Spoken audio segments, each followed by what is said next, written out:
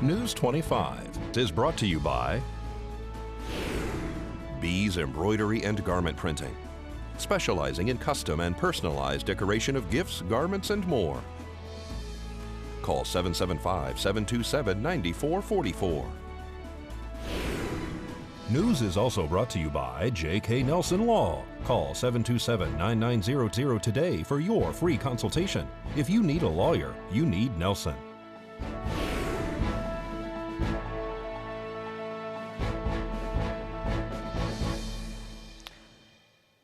Tonight, Nye County Commissioners discuss an agreement with Clark County, and Pahrump Valley Auto Plaza readies for their Halloween event. News 25 starts now. This is News 25 with Deanna O'Donnell. News 25. Local coverage you can count on. Commissioners revisit an agreement concerning alien stock. It's Wednesday, October 23rd. I'm Deanna O'Donnell. Well, the Nye County Commissioners revisited their agreement with Clark County during their last meeting to lend support for the Storm Area 51 Alien Stock Festival, in which they believed would bring thousands to our area to attend a concert being held in Lincoln County. At the recent Board of County Commissioners meeting, discussion was had regarding the termination of the Memorandum of Understanding between Clark and Nye County for the Storm Area 51 event. Commissioner Wickman makes a motion to terminate the Memorandum of Understanding, or MOU, and Sheriff Sharon Worley comes up to speak in response to that. Area 51 was the catalyst that brought this to the forefront. Years ago, we did have a MOU with Clark County. It went away a long time ago. I didn't really have a copy of it. At the time that the Area 51 came up, this MOU was shipped to me and said, do you have a copy of this MOU, because you really need it overall, not just for Area 51. And I said, no, I don't have one. And they said, well, this is what the MOU will do for you. Up until this time, every time I need to call for specific items, and I believe the last one I called for was Metro Armor, which takes care of explosives, and Metro Hazmat, which takes care of, it took care of the last PCP, 100 pounds of PCP that we had on the property, and also help with the cleanup for that. I had to get a hold of Sheriff Lombardo, personally, sheriff to sheriff. Doesn't happen any other way. Well, with this MOU, I don't have to do that any longer. The sheriff gives an example by going back to a flood we once had in which she had to call Metro's sheriff, Sheriff Joseph Lombardo, to see if he could allow the sending of others to come help. With the MOU, however, she wouldn't have to call Lombardo and instead just call straight to their search and rescue team to come and help, and they'd be on their way. Commissioner Wickman asks if the current MOU in hand would need to come back for any sort of amendments, since its main concern at the time was Area 51. But when the sheriff responds no and states, we didn't write it for Area 51, rewrote it the same way Lincoln County's MOU was written, Commissioner Wickman withdraws her motion. Sheriff Worley explains the MOU further. And it's done the same way. Lombardo calls me, he'll have the President of the United States coming in, he doesn't have enough people, and he has asked me on several occasions, can you give me 6 folks? And I said yes.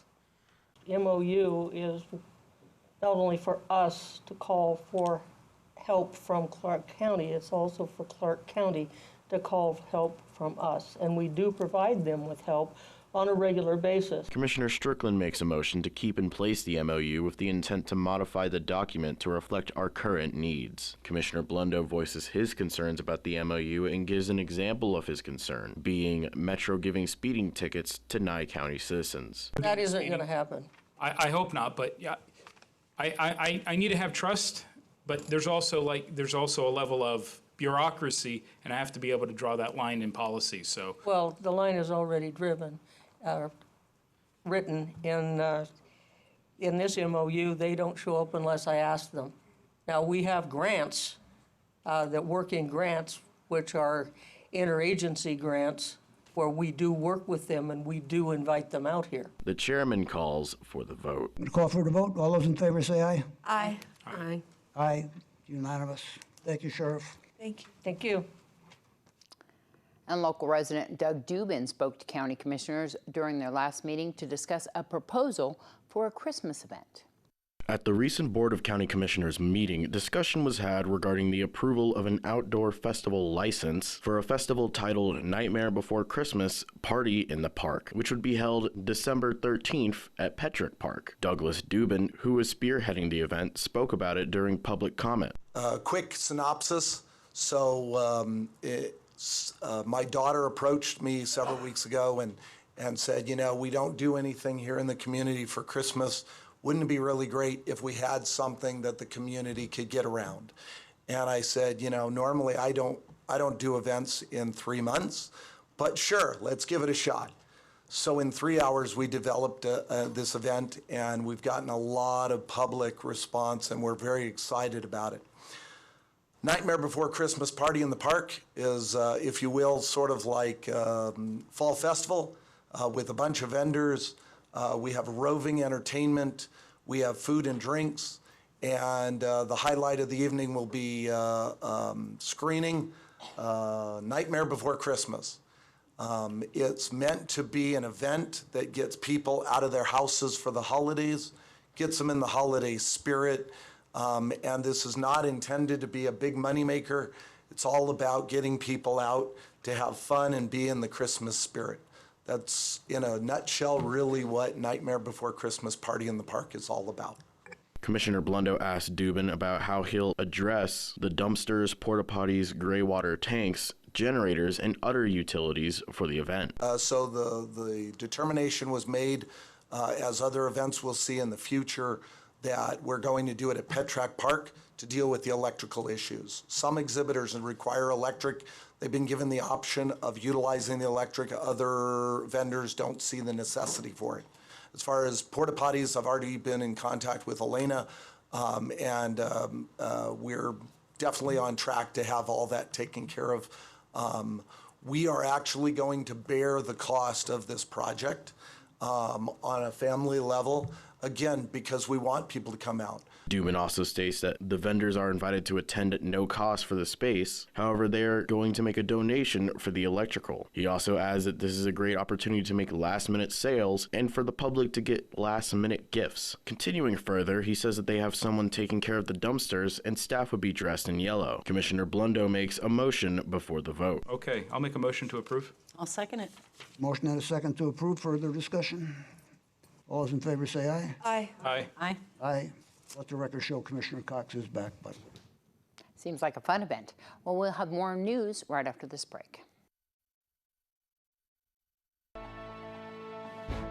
This segment of the news is brought to you by Pahrump Cardiology, located at 1397 South Loop Road in Pahrump, Nevada. Call 775-210-8333 for an appointment. Dr. Tali Eric, proudly serving Pahrump since 2005.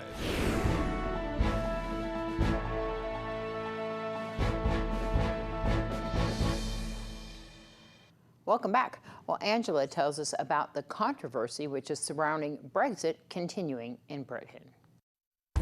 Here's Angela Miles with today's Business First Brief.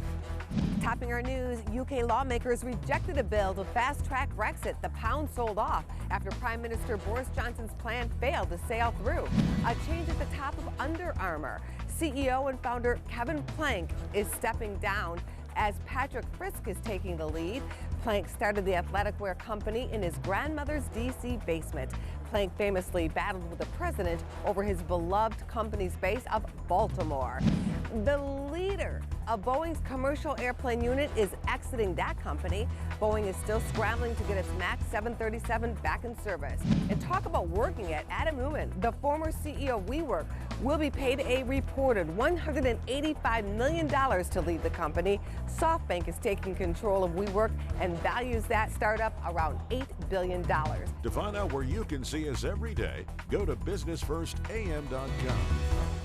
Thanks, Angela. Well, let's go to Unette Gentry with this week's court report. In this week's court report, Stephen Downey makes an appearance in Justice Court after being arrested and charged with domestic battery by strangulation. An NCSO officer was dispatched to a domestic no longer in progress because the reported victim was relocating to her parents' house. She says she was beat up by her boyfriend, identified as Downey, who initially told police the mother of his children and he only had a verbal argument. After investigating officers found redness in Downey's face and red marks around the female victim's neck, a sizable lump on her left forehead, and redness around her face, Downey was arrested, then later told police that he was hit repeatedly in the face and defended himself. Downey also told officers that if he was going to jail, she needs to as well. Downey was taken into custody without further incident. Then during his arraignment hearing, the court did not find probable cause on the domestic battery by strangulation charge, and the court gave the state some time to research whether the court has that authority. The court appointed attorney Nathan Gent to represent him, and the defendant invoked his right to a speedy bench trial. The court set dates for a pretrial hearing and a bench trial. The state requested a no-contact order with the victim. The court released Downey on his own recognizance with the following conditions: no contact with the victim in person, through electronics, or by a third party; no alcohol, marijuana, or illegal drugs; no adverse contact with law enforcement; and no failures to appear. Also recently in court, former NCSO Sergeant Michael Anthony Horn, who successfully completed drug court and probation after being arrested back in 2014 and later sentenced in district court to 5 years probation, connected to the charges of oppression under color of office, misconduct of public officer, theft against person over 60, theft, possession of a controlled substance, and fraudulent appropriation of property.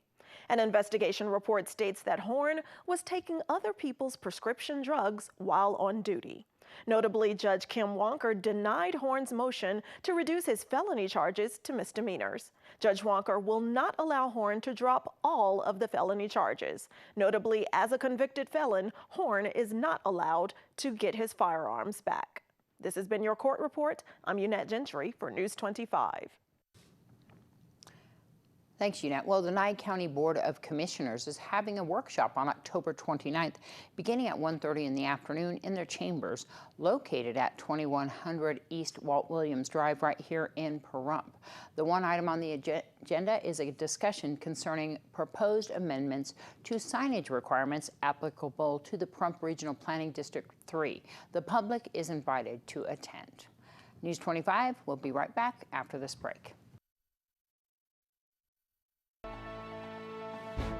This segment of the news is brought to you by Mountain West Lawyers, Nye County's injury attorneys. Don't get bullied by insurance companies. Call Jason Ernest and bully them back at 775-727-9500.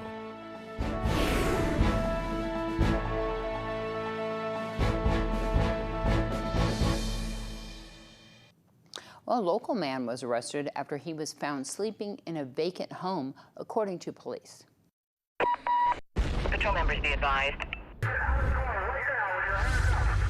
The Nye County Sheriff's Office report that they have arrested an individual by the name of Larry Williams. On October 14th, deputies were dispatched to a vacant home on Heritage Drive here in Pahrump in reference to a person that was on the property without permission. Police say that they came in the early morning hours to see if someone was sleeping inside the residence. Upon arrival, they noticed that there were several areas where wood had been placed across the outside of the openings to the home to prevent anyone from opening the doors or windows. They also noticed a security door that they say had evidence of damage from forceful entry. When entering the home, they located a male who was sleeping on the floor with loose blankets and pillows. He was later identified as Larry Williams. They say that Williams stated that he had permission to stay inside the home but did not know the landlord's name or phone number. Police say that the landlord allowed him to stay there for a couple of days while he cleaned the property. At that time, Larry Williams was arrested and transported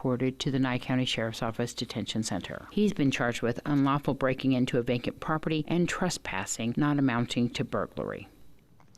Well, today we introduce you to a very special dog available at Desert Haven called Tough Nut.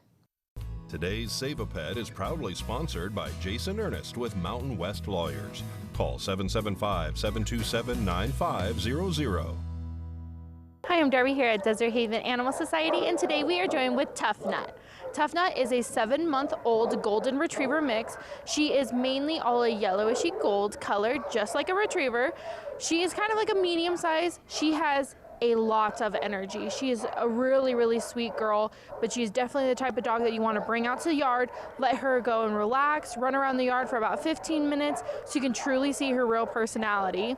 She will definitely need to be with a family that will be able to dedicate their time to training her properly. She's a super sweet dog. You should definitely come down and see her and all of her friends here at Desert Haven Animal Society.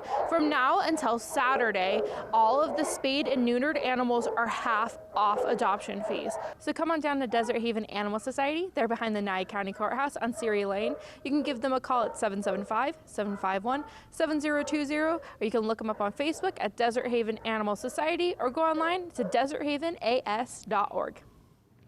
Thanks, Darby. Well, Pahrump Valley Auto Plaza is holding their Halloween Safe Night event this Saturday at their location on Charleston Park. Our annual Halloween party at Pahrump Auto Plaza. It's our 5th year in partnership with them. Lots of games, lots of candy, and we have lots of organizations coming in. And just a fun place for the kids to come have a lot of fun that night. Wear your costumes. I have some guest people coming in to surprise you. So we'll have wandering people coming around and lots of games. And lots of candy for the kids. Where is Pahrump Valley Auto Plaza located? On Charleston Park, behind the AutoZone, right off 160. And the best part is they sponsored also. Kudos to Pahrump Auto. He does a lot of work for this. So everybody is invited. It is free candy. Wear your costume. Be prepared to wait online because the lines are long. But be patient and come in and have some fun with us. 6 to 9 o'clock. Doors open at 6, but be there by 5 to get online. News 25 WeatherCam is brought to you by Lerner and Rowe Injury Attorney's Office in Pahrump. In a wreck, need a check? Call 702-877-1500. All right, let's take a look outside on that WeatherCam.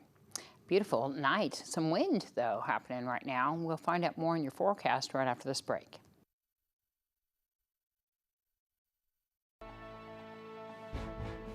News 25 weather is brought to you by Dairy Council of Nevada.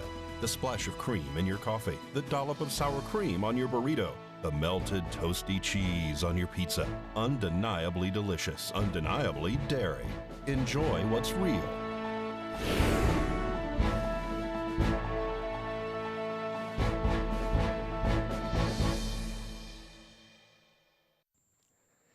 Hello and welcome back to News 25. I'm Michael Donohue with today's weather. Las Vegas and Amargosa, both with a high of 85 degrees, 57 for the low in Las Vegas, 51 in Amargosa. Death Valley at 97, their low of 63 degrees, 81, 47 in Beatty. Tonopah at 65, a low of 31. Both Goldfield and Carson City having the exact same temperatures, both with a high of 68 degrees, a low of 30. Fallon and Fernley both having a high of 69 degrees, 28 for the low in Fallon, and 32 for the low in Fernley. Now today in Pahrump, we saw some nice sunny skies. Our high temperature today was 84 degrees. Winds coming out of the northwest at 13 miles per hour. Our humidity at 15%, and our sunrise at 6:58 this morning. Now for tonight, we're going to have some clear skies. Our low is going to be 52 degrees. It's currently 84 outside. Winds coming out of the northeast at 13 miles per hour, 11% for our humidity, and our sunset at 5:57 tonight. Now looking ahead to our 7-day, we are expecting some nice sunny skies mostly throughout the week. We are going to have some partly cloudy skies rolling in on Monday and Wednesday. Temperature-wise, on Thursday and Friday, we're going to see high temperatures in about those mid-70s. It's at 76 and 78 degrees. On Saturday, we're going to come up just a smidgen to a high of 80 degrees. And then we're going to drop down a whole bunch by Sunday down to 69 degrees, 61 by Monday. And then that 80 from yesterday has corrected itself. We are going to see temperatures at 69 degrees next Tuesday and Wednesday. Now our overnights staying a little bit more consistent. On Thursday, we're going to be seeing a low of 48 degrees. Friday and Saturday at 51 and 50. Sunday, we're going to drop way down to 39 degrees, and then we're just going to hang out in about those high 30s from then through next Wednesday, just around 37 to 39 degrees in that bracket of the week. So now with that, we are going to throw it back to the desk with Deanna. Thanks, Michael. Well, that's wrapping up tonight's news. I'm Deanna O'Donnell. Have a great night. We'll see you back here tomorrow.